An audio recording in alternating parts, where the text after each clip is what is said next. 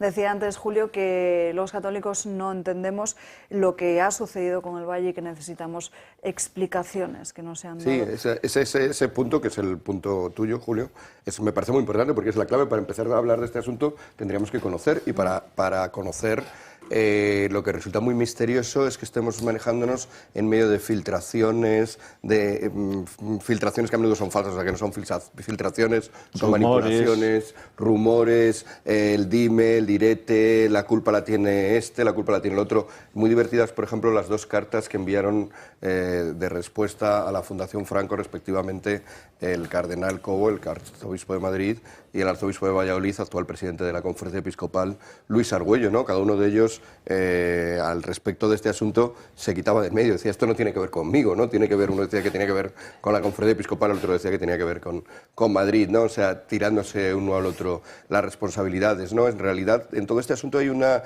sensación. Ahora están, como sabemos, los obispos reunidos en lo que ellos llaman una asamblea plenaria, una reunión de todos ellos durante toda la semana.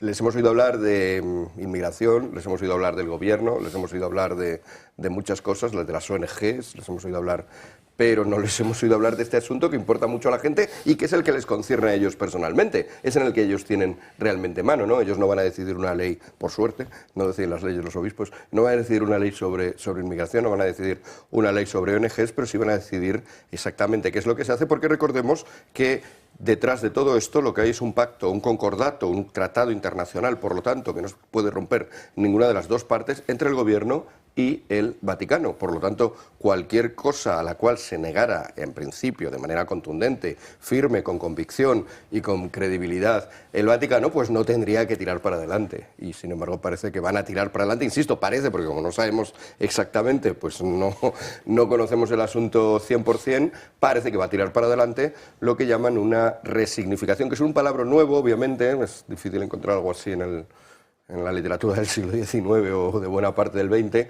que básicamente viene a decir que lo van a transformar, van a desacralizarlo, básicamente, según otra de las filtraciones que ha habido, un 90%, prácticamente un 90% de la basílica se convertiría en un museo en el cual ya podemos imaginar el discurso que va a haber. Va a ser un discurso, obviamente, para decirnos que había unos buenos y unos malos, y los malos son precisamente los católicos, los malos son precisamente muchos de los que están enterrados allí desde el bando católico. Ese va a ser el bando de los malos, según ese museo, y luego va a quedar una pequeña parte, que es justo la parte del altar, donde sí se van a poder celebrar ceremonias, pero evidentemente cuando una ceremonia sea un tanto multitudinaria va a empezar a ocupar parte del resto de la basílica y por lo tanto va a empezar a ocupar parte de ese Museo de los Errores. Puede ser que estés en misa al lado de una imagen de la Pasionaria, se me ocurre, como figura a la cual podrían meter ahí, y eso que la Pasionaria parece que en el último momento de su vida se convirtió, pero también podría estar Carrillo, por ejemplo, ¿no?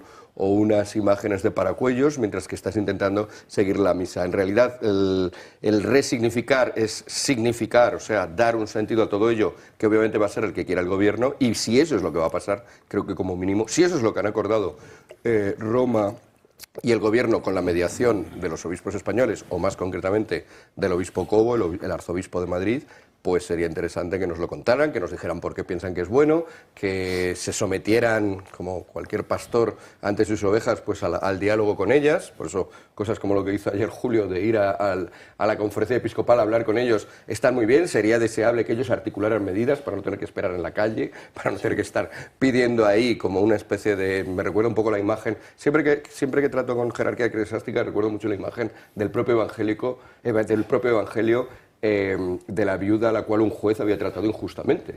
Y esa imagen de una viuda que insiste y que tiene derecho. Jesús dice que tiene derecho a insistir y que insiste y que insiste y que insista, pues me parece que es una imagen poderosa. Pero sería deseable que esa insistencia ya acabara, por loable que sea, y que ya se diera respuesta.